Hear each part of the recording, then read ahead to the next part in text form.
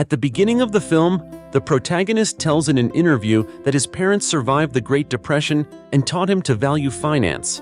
Robert Miller also believes that the market now resembles an overcrowded bubble in which everyone is trying to acquire as many dollars as possible. The character's wife, Helen, and their daughter, Brooke, watch the interview sitting in armchairs.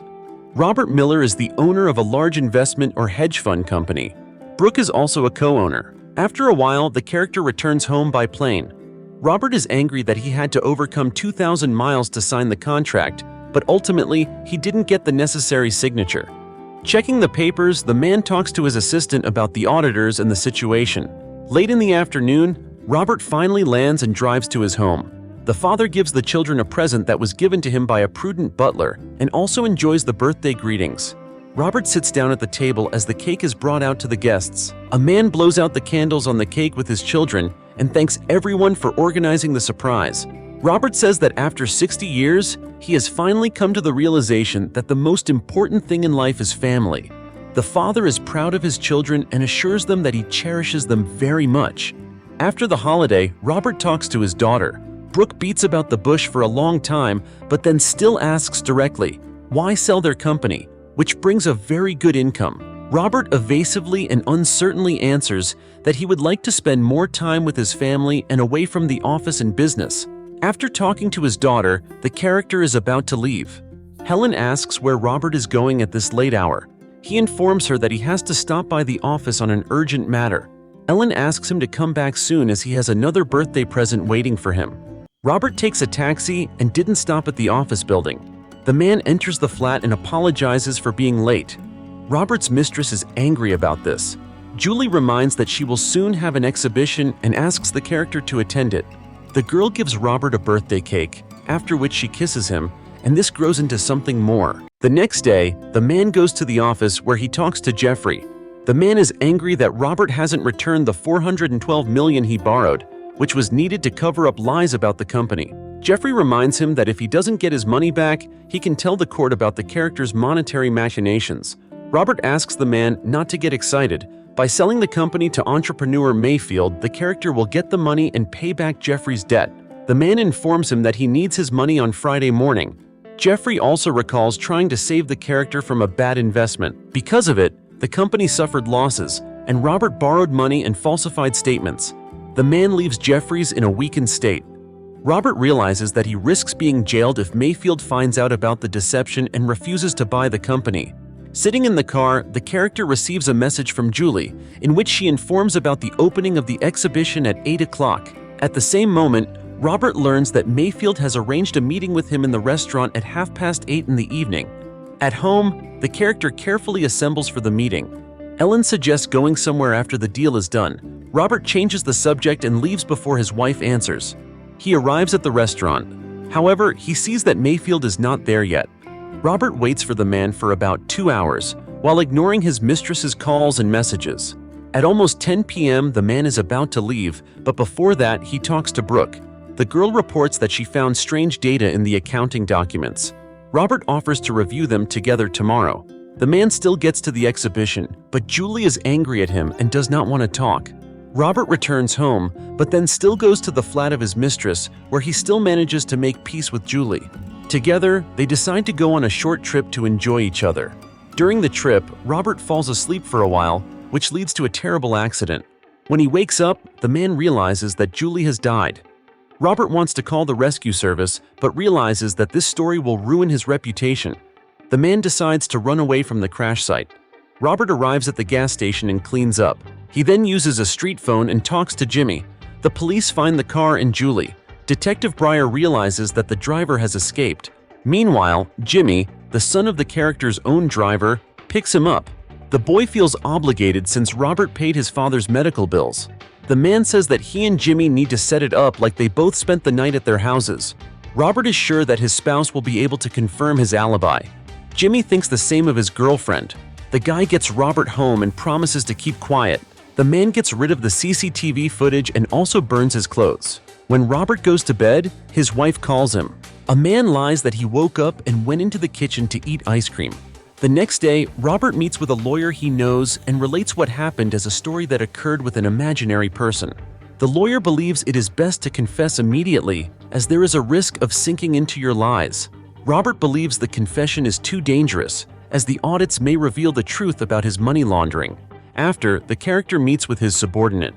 The man tells him that he prepared books with corrected data for Mayfield. Robert realizes that it is only after studying them that the entrepreneur will know for sure whether he is ready to buy the company.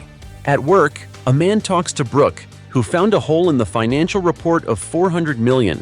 The girl realizes that it is about half of the assets of the fund. Robert tries to convince his daughter that there was some mistake in the report. At that moment, Detective Brian enters the office. The man takes him into his office, showing Brooke out. The detective asks Robert about Julie. He lies that he liked her work, which is why he sponsored the exhibitions. Detective Breyer also notices a wound on his forehead. Robert lies again and reports that he hit the head of a pharmacy locker this morning.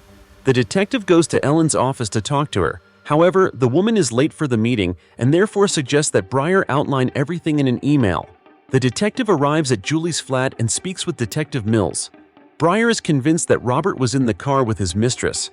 The detective learns that someone called Jimmy from a gas station near the crash site. Breyer detains the guy and blackmails him.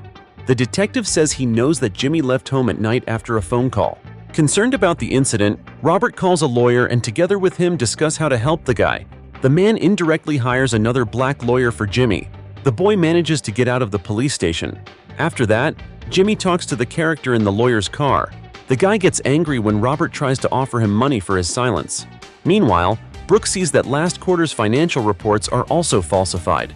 Officially, the profit is $68 million, while another employee gives the real figure as $35.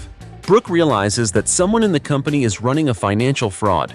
The detective continues to study Jimmy's case and learns that his father worked for the character for a long time. Breyer is sure that he will be able to force the guy to confess. The character has a new problem. The documents proposed by the auditors were rejected. Robert learns that such an order was given by Mayfield and realizes that the entrepreneur is simply knocking down the price. The man arranges a meeting with him. Afterward, Robert goes to the office and sees his daughter upset there. The father goes out with Brooke to the park and admits to his machinations, but he doesn't think is guilty. The girl is disappointed in Robert and leaves. The detective continues to force Jimmy to confess. Breyer reports that the highway posts have preserved a photo showing the boy driving late at night towards a gas station. The detective also reveals that he knows that Jimmy's father worked for Robert. Breyer tries to put pressure on the guy, saying that the character was just using him. However, Jimmy still doesn't admit his guilt and gets out of the car. Robert accidentally learns from his lawyer that his wife was dating an estate agent. Soon, Jimmy will be testifying at a court hearing. The prosecutor provides a photo from the post as evidence. The guy continues to insist that he spent all the night at home with his girlfriend. Jimmy talks to a lawyer during the break when the detective approaches them. The guy is left alone and thinks about what he should do next. Meanwhile, Robert attends the funeral of his mistress. At them, the character meets Julie's mother. Robert sincerely sympathizes with the woman who lost her daughter. Brooke talks to her mother during a sports session. Ellen thinks it's suspicious that her husband got a strange head injury, he has a stomachache like from a punch, the police came to the office, and much more. The woman also finds it suspicious that Robert has not yet donated to her foundation for the hospital. Ellen advises her daughter not to adjust to her father, but to act according to her conscience. Robert, meanwhile, meets with Mayfield. The man manages to bargain for $525 million for the company. In addition, Mayfield undertakes to employ Brooke in the foundation. Happy Robert returns to the office and informs the employees about the successful deal. However, the man learns that Jimmy is facing serious charges. The guy swears that he didn't pass through the post and doesn't know where the photos came from. Robert decides to check everything again. With the help of a second lawyer, the character gets a photo from the post. Comparing the two pictures, Robert realizes that the picture showing Jimmy's car was fake. Thanks to this information, the judge dismisses all charges against Jimmy and prohibits a second claim. The man returns home in a high mood. However, Ellen breaks the idyll by saying that she knows all about Julie and the accident. The woman blackmails Robert, so either he signs over all the property and money to Brooke and their charity, and she confirms she was with him on the night of the tragedy, or he refuses from the agreement, and she tells the court the truth, that her husband returned at 4 a.m. with wounds and dirty clothes. Robert agrees to the deal. Soon, Ellen and Brooke's charitable foundation is throwing a party. Robert is invited on stage for a speech, but the film cuts off before it begins. This is the end of the movie. Thank you all for watching this video to the end. Give this video a like. Write in the comments what you think about this movie, and see you in new videos.